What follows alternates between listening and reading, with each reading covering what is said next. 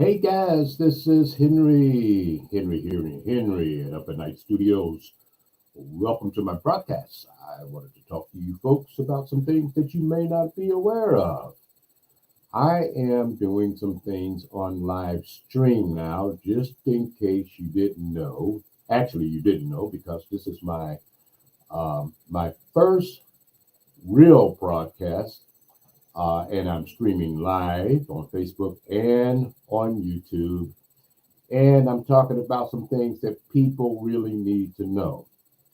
So, first of all, if there's any birthdays out there, people, you got birthdays, please, happy birthday to you. And welcome to Up at Night Studios, where I will be broadcasting live a lot of the times about information that is necessary that people should know about. So, tonight's topic, what I really wanted to talk about was the fact that a lot of people, when they do their income tax every year around the 15th, before the 15th of April, they talk about the fact that they have to get them in at a certain time, and a lot of people don't understand what they're doing when they do the taxes. In fact, I'll just put it to you this way: every time we have done our taxes in the past, we always have to sign those things. And I wonder if people ever think about what they're actually doing when you sign those tax returns and turn them in and give them to the IRS, and just actually you know do those things and give them the information that they need. And I mean, you put your signature on it and you say that you actually did it under penalties of perjury, because you signed it on the bottom. You probably didn't pay attention to that, but you signed it under penalties of perjury, and you decided that this is something that you didn't know whether or not you should be doing or not, but you did. You signed it under penalties of perjury because you thought that was the best thing to do for yourself. And I wonder what would happen if, in fact, you didn't sign the paperwork and you actually turned it in without signature. What would they do, you think? Do you think that they'll accept your form, and say, hey, it's all right. You didn't, even though you didn't sign it, as long as you turned it in, it's all good. But have you ever had that? Have you ever thought about that? You probably didn't, but that would be something that I would probably think about. Making sure that if I didn't sign it or anything, if I could not sign it and turn it in, and I just wanted to see, what would probably happen to you if you didn't sign a thing. And you know what I think? I think they'll just turn around and send it back to you and say, no, you got to sign this thing. You gotta really sign it, because if you don't sign it, we're not going to count it. You gotta say this is true and correct, and you have to sign under penalties of perjury. Then you have to, give up that information, and you got to put your pen and ink on it and your signature, because supposedly your signature is supposed to be um, golden, if you would, gold. That's a lot of the things that a lot of people do. They have to sign, and every year, every year, you notice that the what is it, Hewlett Packard, not Hewlett Packard, the people who do the tax returns, they always advertising on TV telling you that you need to do this, you need to do that, and you need to come on in. Let us give you, we'll file your taxes for free. You've heard them, I'm sure. And that's kind of something, I mean, what are they trying to tell you? What's the message there? Are they trying to tell you that, it costs money for you to have your tax returns done, and Is it about just the money? Is it? That's what it sounds like to me. Sounds like just about, they legally, supposedly legally trying to help you file your tax returns, but um, are they legal? What if you filed your tax returns and you had a tax preparer, that's what the name is tax preparer done, and something happened. The Internal Revenue decides they want to audit you because this wasn't right, and they had to. They didn't call the preparer; they called you because your name was the one. You, the taxpayer, and so they're gonna deal with you. Excuse me. They're gonna deal with you, and they're gonna tell you that you need to come in for an audit, and they try to set you up with an audit, and you go in there and you try to find out what's going on with it, and for some reason, you got to deal with this, but not the tax preparer. But aren't they supposed to have their signature on it too? That they did the taxes for you. So who's responsible? Is the tax preparer supposed to be knowledgeable to tell you how you should do things? And if they do tell you some things, aren't they just as responsible as you? I mean, I would think so. Well, I do know that if you file a tax return and if you file that tax return and your name is on it, I know that they're going to call you because they want you to be responsible for filing your taxes.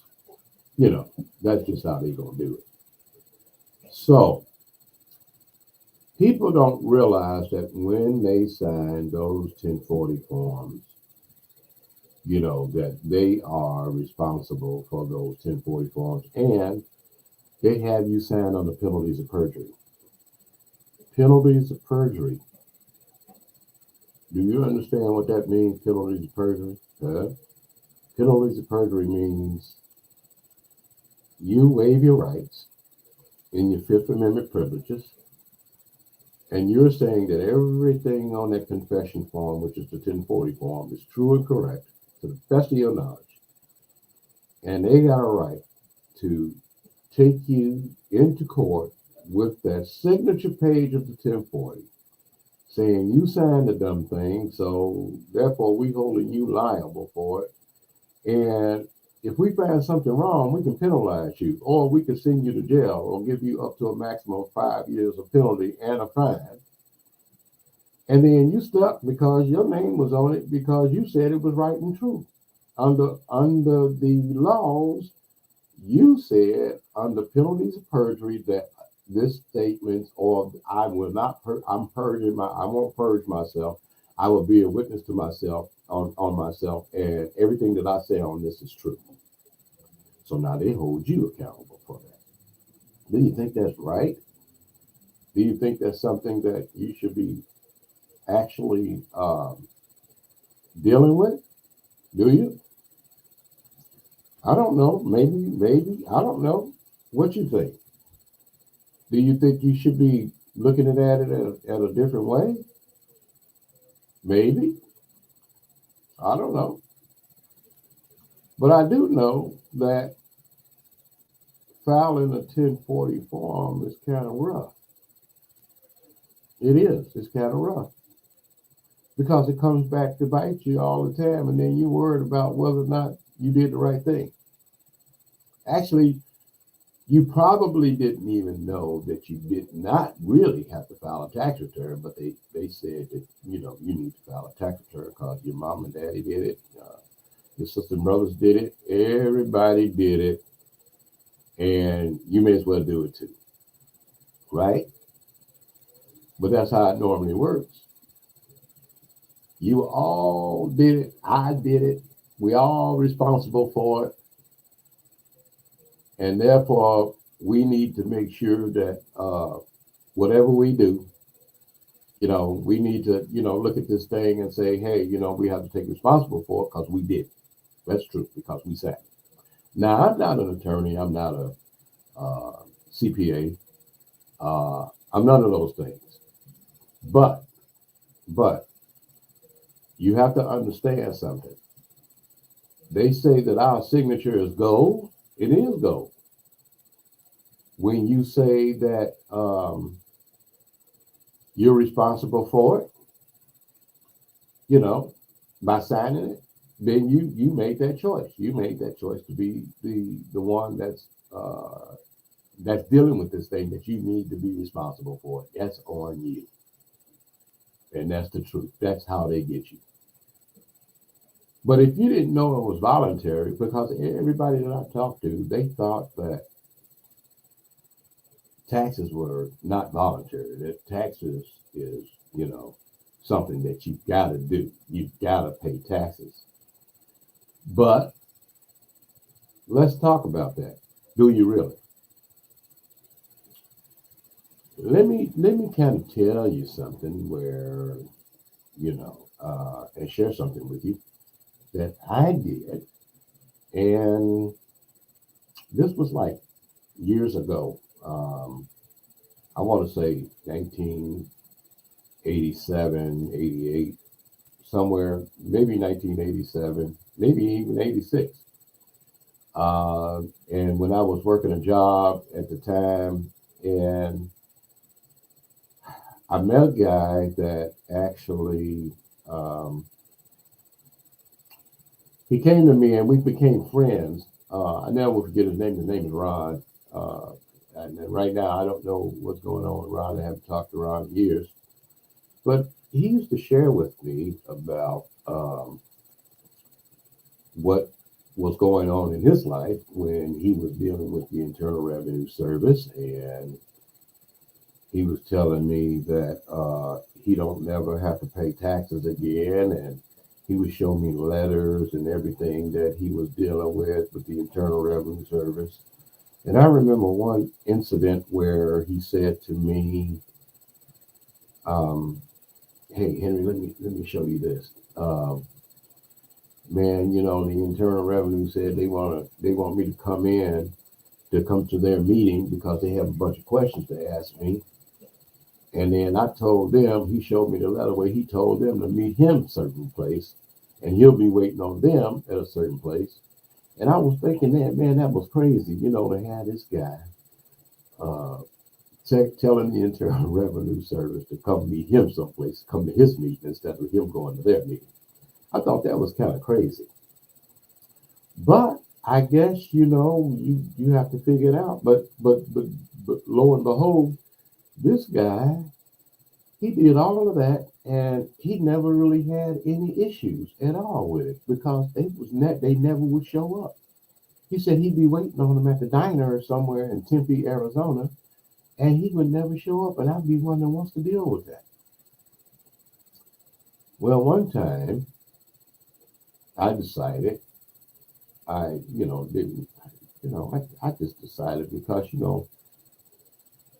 you write them a letter all the time and you really never get your letters answered. So one day I had gotten this form in the mail. The Internal Revenue Service told me that by mail they had not received my tax return, my 1040. They said, "You haven't filed your taxes yet. We haven't received your 1040." And I hadn't done it yet. I was thinking about doing it, and I said, I ain't doing this. And I decided to go ahead and go to the Internal Revenue myself. I decided I'm going to the Internal Revenue. I got some questions to ask them.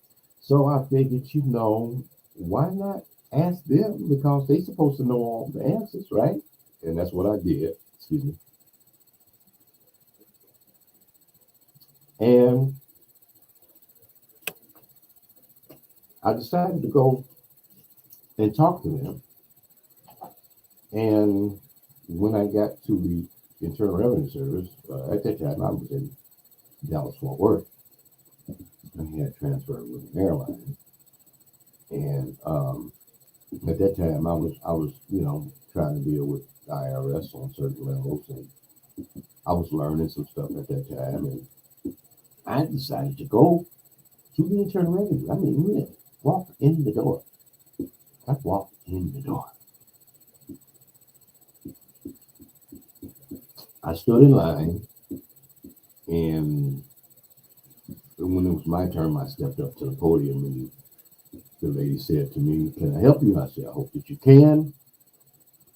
She said, "Well, what's the issue? What's the problem?" I say, "Ma'am, I don't want to be against the law. I don't want to break the law. And I said, I got this letter in the mail, and I said, um, I didn't file. I had this letter in the mail about my 1040 form, and it asked me, did I file yet? And I said, no, I didn't file yet. And she said, why didn't you file it? I told her I simply didn't want to break the law. She said, well, what do you mean? I told her, I said, um, when you said that, I just want to just make sure that it was okay to file. And she said, well, what do you mean that, you didn't want to break the law? I say, ma'am, can you give me the statutes and the implementing regulations, which make me liable to file a tax return or to pay a tax? And she said to me, well, sure.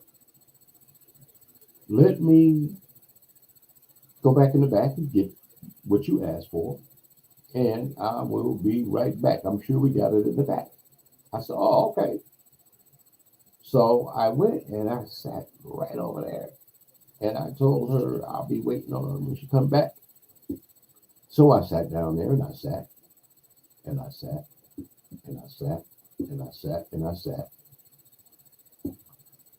until finally I sat so long, 35, 40 minutes, I believe. The woman never showed back up. She never came back. And I was like, why didn't she come back? She didn't even come back, folks. She didn't come back.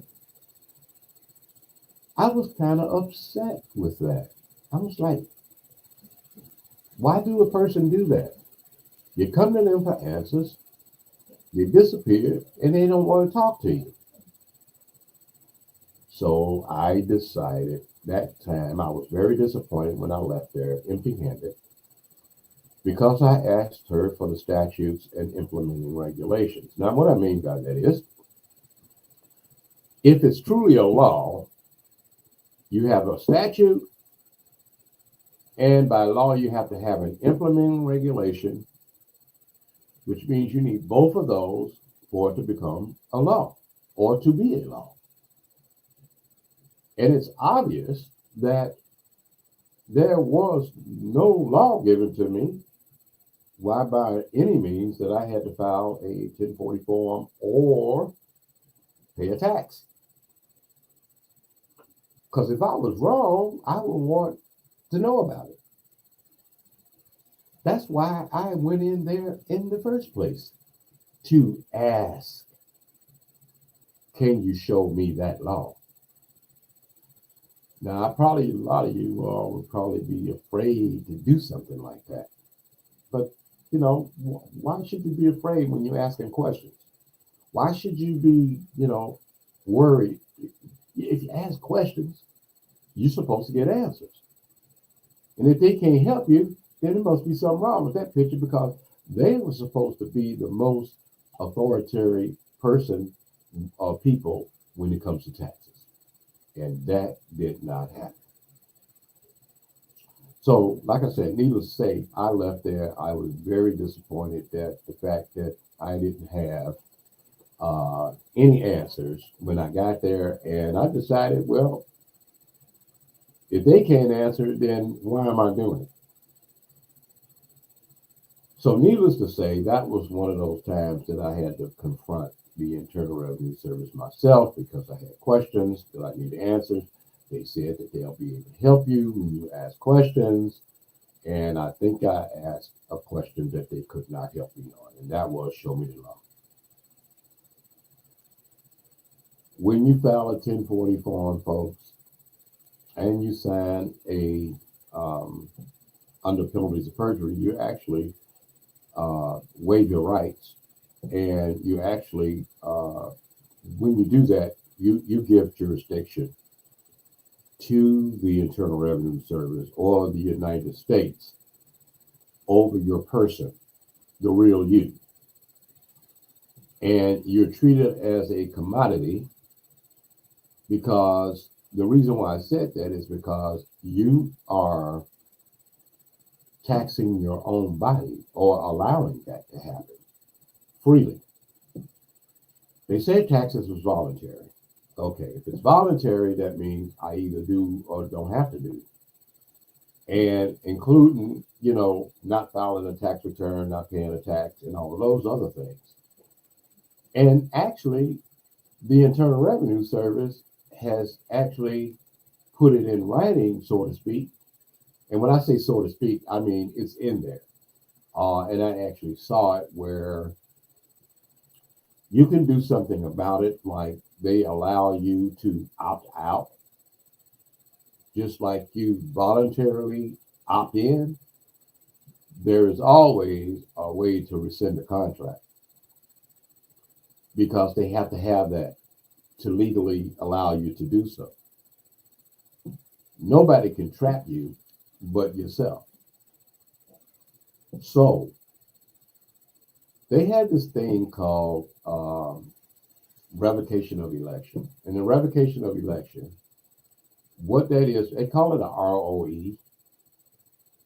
That allows you to tell the Internal Revenue Service, along with a bunch of reasons, why you do not want to volunteer anymore and you want to opt out of the tax plan voluntarily, because they have to give you that option. And a lot of people don't know that. A lot of people just think that they got to do it every year. And then they end up getting in trouble. They're scared.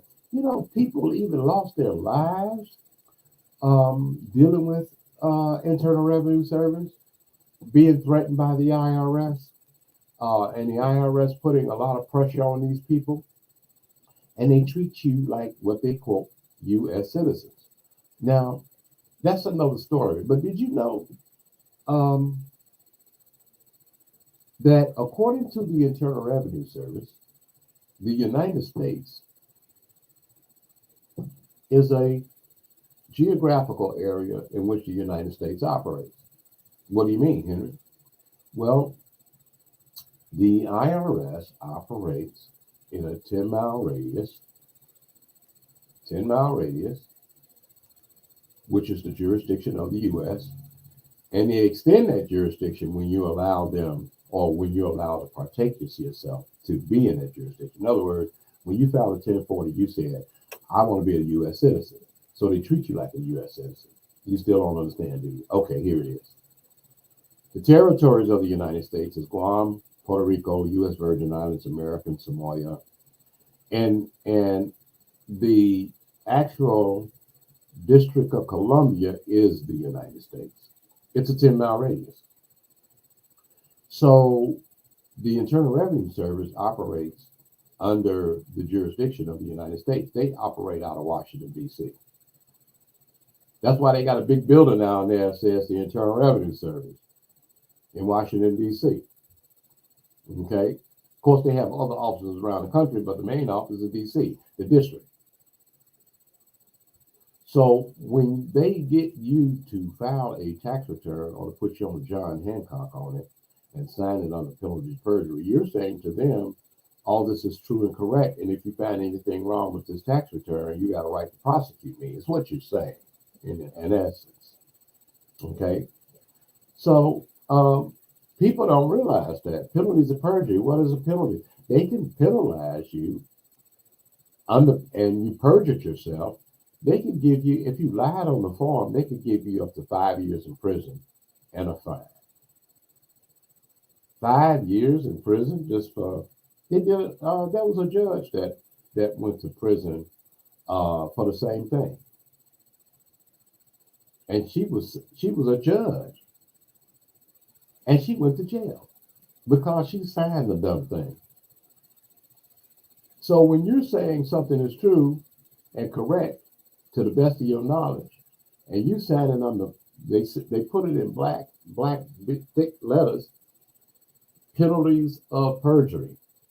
Sign under penalties of perjury. You perjuring yourself like it was an order for you to do it. If you don't do it, then they're not going to accept your form because they want you to perjure yourself. They want you to lie. If you lied on that form in any kind of way, they will come back on you and they will make you pay dearly because you lied on the form. So let's take the scenario. How could you get out of something like this? Why did you start it? Probably 20, 30 years you've been filing taxes. Probably every year since you was your mom and your dad told you that you had to file taxes, and you went and did this thing because mom and dad said that you had to. Your friends said that you had to. All these people around you said that you had to, and you said to the job that you're working, I'm going to file my taxes and I want you to take some of this money and give it to the Internal Revenue Service or the Treasury Department. You said that. You did. You actually volunteered. Don't you remember when you started that job? Here's how it went. You found a job that you think you might like. They was hiring. You decided to try to get an interview for that job. When the interview time arrived, you went to the interview at the certain time that they asked you to come in. When they asked you to do it, you went in, you sat down, and you guys negotiated the contract, which was the job was paying at a certain level. You could have said yay or nay. You could have asked for a little bit more money before you took that seat in that position. Most people don't. They just wanted a job. They wanted this job. They wanted this job. They got the job. Now they start working.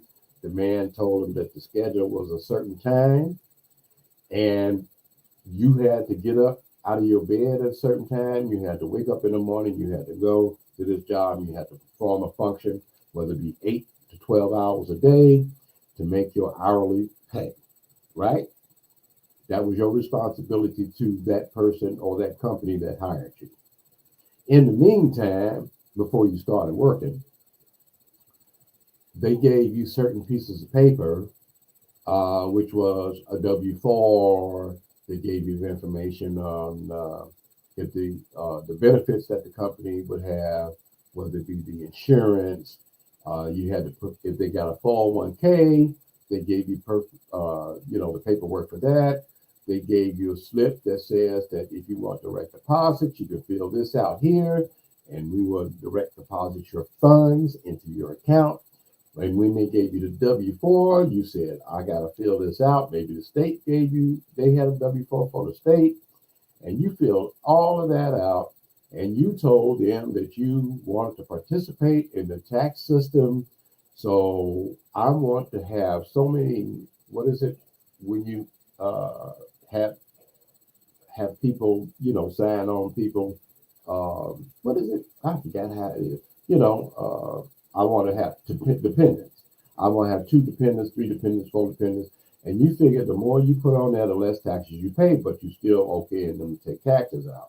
If you put as a one person working, then that means they're going to take out more taxes.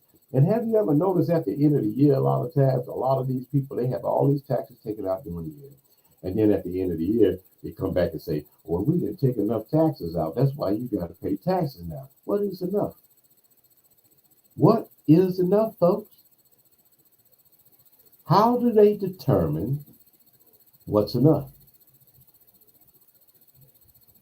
Anyhow, you did it.